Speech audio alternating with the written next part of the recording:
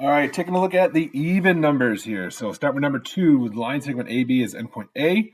Located at the origin, line segment AB is longest one, the coordinates of BR. Now, remember the origin means that it has coordinates 0, 0. So in order to be the longest, when we use the distance formula to calculate that the length, we're going to do the distance equals.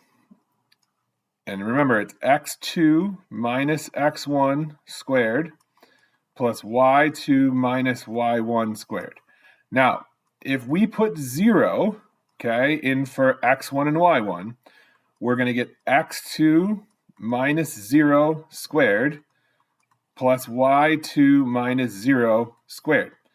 Each of these is just going to turn into this x2 squared plus y2 squared. So all we're basically going to do here, okay, is take the coordinate, y2 squared, take these coordinates, and when we plug them into this formula, whatever number, when you square these numbers together and add them, square each number and add it together, whichever one gives you the biggest amount, that is the longest line. So you can imagine it's kind of like doing Pythagorean theorem here. A squared plus b squared equals c squared, and then taking the square root of both sides. So if we do 3 plus 7, right, 3 and 7 is 3 squared plus 7 squared. That's 9 plus 49, okay? That's 58. 9 plus 49. Okay, so far that's in the lead. Then we have 2 squared plus negative 8 squared. Remember, negative 8 squared is negative 8 times negative 8. That's positive 64. This is equal to 68. So far that one's in the lead, okay? You guys kind of see how this is working? And then we're going to pick whatever one is the biggest, okay? So if we do 6 and 4, we got negative 6 squared, which is positive 36, plus 4 squared. That's going to be 16. 36 plus 16, that's 52. Still not bigger. And the last one is 5 and 5. Negative 5 squared is 25, plus negative 5 squared is 25. That's just going to be 50. So it's going to be the square root of 50. So the 68 is the biggest. That is going to be the longest line segment. Okay? So you're basically just, since this is the origin, you're just squaring these numbers and then adding them together. All right. Number 4, given the coordinates A and G, what are the coordinates of the midpoint? So remember, if they give us A and G, that's not a G, all right? We want the letter in the middle. We want what's in the middle. That's the midpoint. We're going to use our midpoint formula, okay? Remember, midpoint, average. All right, and just so we don't get confused with all the colors here, we'll go purple. So add the x's, x2 plus x1 over 2, and add the y's, y2 plus y1 over 2. Okay, so remember, here's x1, y1 from the first point, and x2, y2 from the second point. So second point x coordinate 3, plus the first x is negative 9. Careful that we're picking the x's and not the y's, over 2. And then we have our y coordinate, so that's 14 plus 2 over 2. Okay, this is negative 6 over 2. And then we have 16 over 2. And so our final answer is going to be negative 3, 8. And that is our final. Okay, number 6. All right, we started doing this one, but we'll redo it here. All right. Hold on. Undo. Get out of here, you. All right. So here's how this is going to work.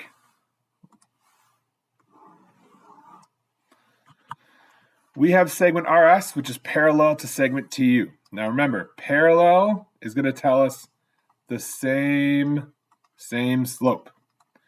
So if the slope of RS is 5 over 8, and the slope of TU is x over 24, these two things are going to be equal.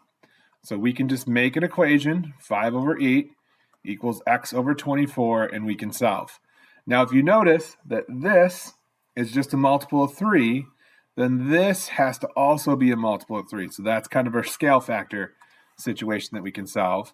All right, and if it's not easily noticeable, or if you forget what to do, you can always just solve our proportion by cross multiplying.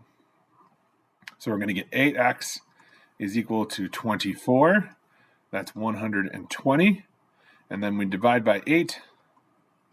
We're going to get x is equal to 15. Okay? And there's our answer to number 6. Number 7, what is the equation line that passes through the point 4, 5? So remember, this is x1, y1, and is parallel to the line whose equation is given. So remember, parallel. Same slope, okay? And the slope of this line is 2/3. All right, 2/3. So keep the slope the same. So we just start with our point slope form. Y minus y1 equals m times x minus x1, and we plug in. Y minus y1, oh, that's right there. That's the y coordinate, that's 5. And I'm just going to make sure we notice that that's -5 there, okay? Equals our slope, which is 2/3, and then we have x minus 4. That's it, you're done. You can leave it right there and go on to the next one, okay? If it said slope-intercept form, then we just have to distribute through and solve. So if you multiply through, okay, I'll get 8/3 and then add the 5, and then that's 23/3. So 2/3 x plus 20, we're not going to go that crazy. But slope-intercept form, remember, we just distribute and then add 5. All right, so keep that in mind. Number 10. The equation of a line is given. All lines that are perpendicular to this slope must have a slope of. Remember, the slope of perpendicular lines are going to be opposite reciprocals. Okay, so we take our equation they gave us. We need to get it into y equals mx plus b form. All right, y equals mx plus b form so that we can identify the slope. All right, so we're going to subtract the 3x first. And remember, it's supposed to be mx plus b, so we're going to put the x in front. That's -3x plus 8. That's equal to -5y. And then divide out by -5 just to get y left over. So that gives us the 1. Divide by -5, divide by -5, and we're going to get 3/5. That should be a 5/5 x. And then this just stays -8/5. We don't even care what this is, okay? All we care about is this line. Perpendicular is going to be opposite reciprocal. So flip it. Change the sign from positive to negative. And we know our answer is going to be -5/3. And that's choice. Get out of here with that terrible circle. Number 4. All right. On to number 12. The slope of the line is -1/3. Was an equation of a line that's perpendicular to the line L. So remember, the perpendicular slope, we just got done with this question a second ago, right? Opposite reciprocal. So flip it upside down. Change the sign from negative to positive. That's just 3. Now, I've got to do a little bit of work here, but we can kind of eliminate a few things, right? Number 1, we know if we want to solve this for y, we're just going to take this 2 and subtract it and move it over here. And we can see that this slope, right, is just 1/3, and that's definitely not the same as 3, so we can rule this one out. And on the bottom, we can see if we just move this to the other side, we would just subtract it and get y equals -3x. And that doesn't match, right? That doesn't match that 3, so we know this one's out. Okay. All right, now, a couple things. Number 1, if we just, let's try it like an easy one. This one's not too bad, right? Because all we have to do is just get rid of the 6 here. So if we just took -2x plus 6 equals 6y and divided everything by 6, does this give us the opposite reciprocal? So does this give us this slope of 3? Well, this is -1/3 x, right, plus 1. And that's like this, y equals -1/3 x plus 1. And so this slope is not the same. So by process of elimination, we've ruled out 1, 2, and 4. So it has to be number 3. All right.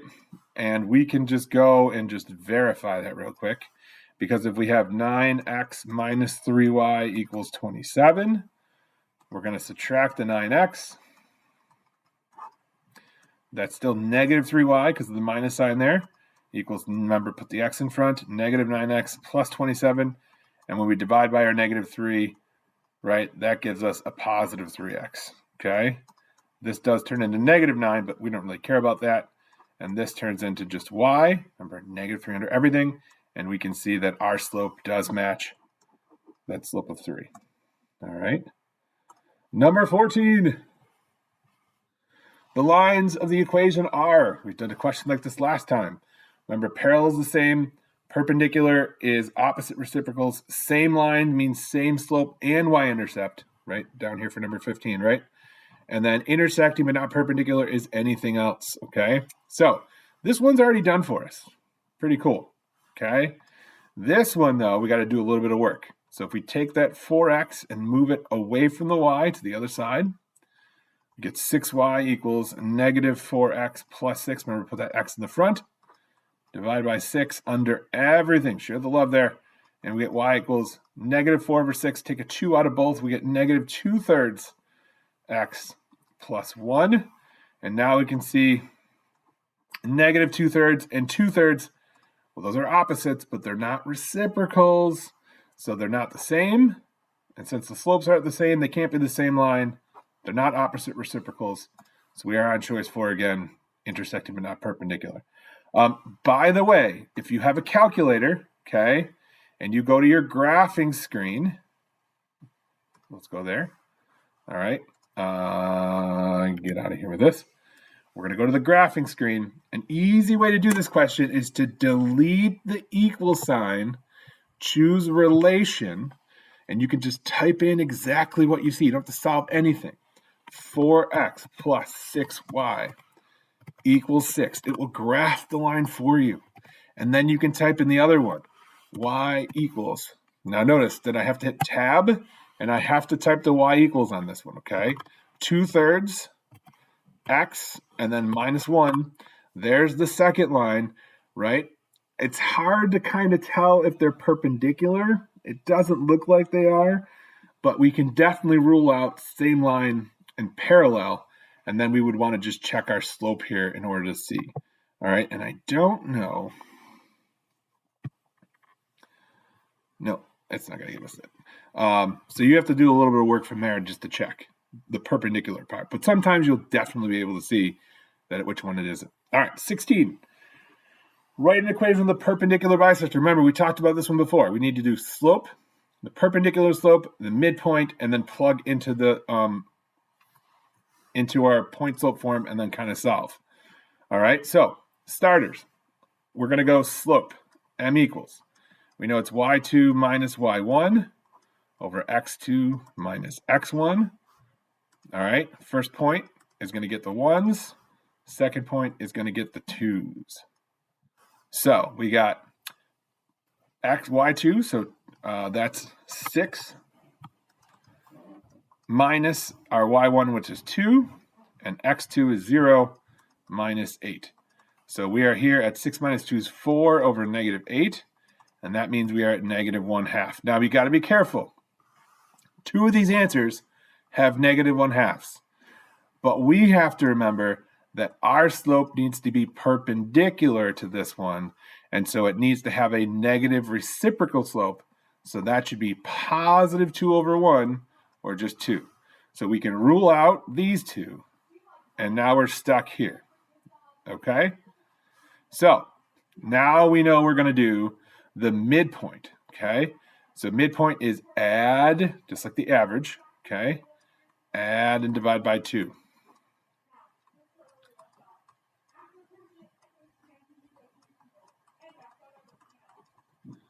All right, so we're going to plug in. So x2, 0 plus 8 over 2. That's just 8 over 2, which is 4. And then y2 plus y1 is 6 plus 2 over 2. That's 8 over 2. That's also a 4, so that's kind of an easy notice. And now we're going to plug this point in. Now, we could check a few things, right? We could just take this point and see which one works in here, right? If we put 4 in for y, is 4 equal to 2 times 4 minus 4? And is 4 equal to 2 times 4 minus 12? So we kind of want to check. If one of these two is false, we can get rid of it.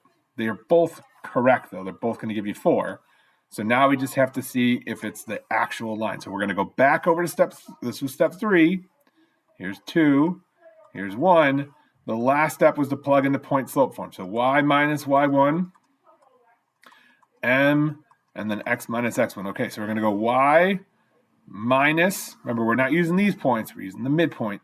4 equals 2. That's a perpendicular slope. And then x minus 4. And because these are all in point slope-intercept form, we're going to have to just solve for y. So y minus 4 equals 2x minus 8. And then plus 4 to both sides. And we can see y equals, and we have 2x minus 4. And so now we know our choice is officially choice 1. All right. Number 18, rhombus star has vertices, STIR. So those are the points. What is the perimeter of the rhombus? Now, the good thing is we remember that the rhombus, okay, has all sides congruent.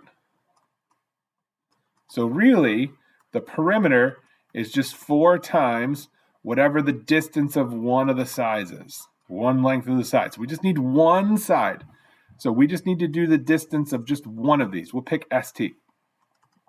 Remember the distance formula, x2 minus x1 squared plus y2 minus y1 squared.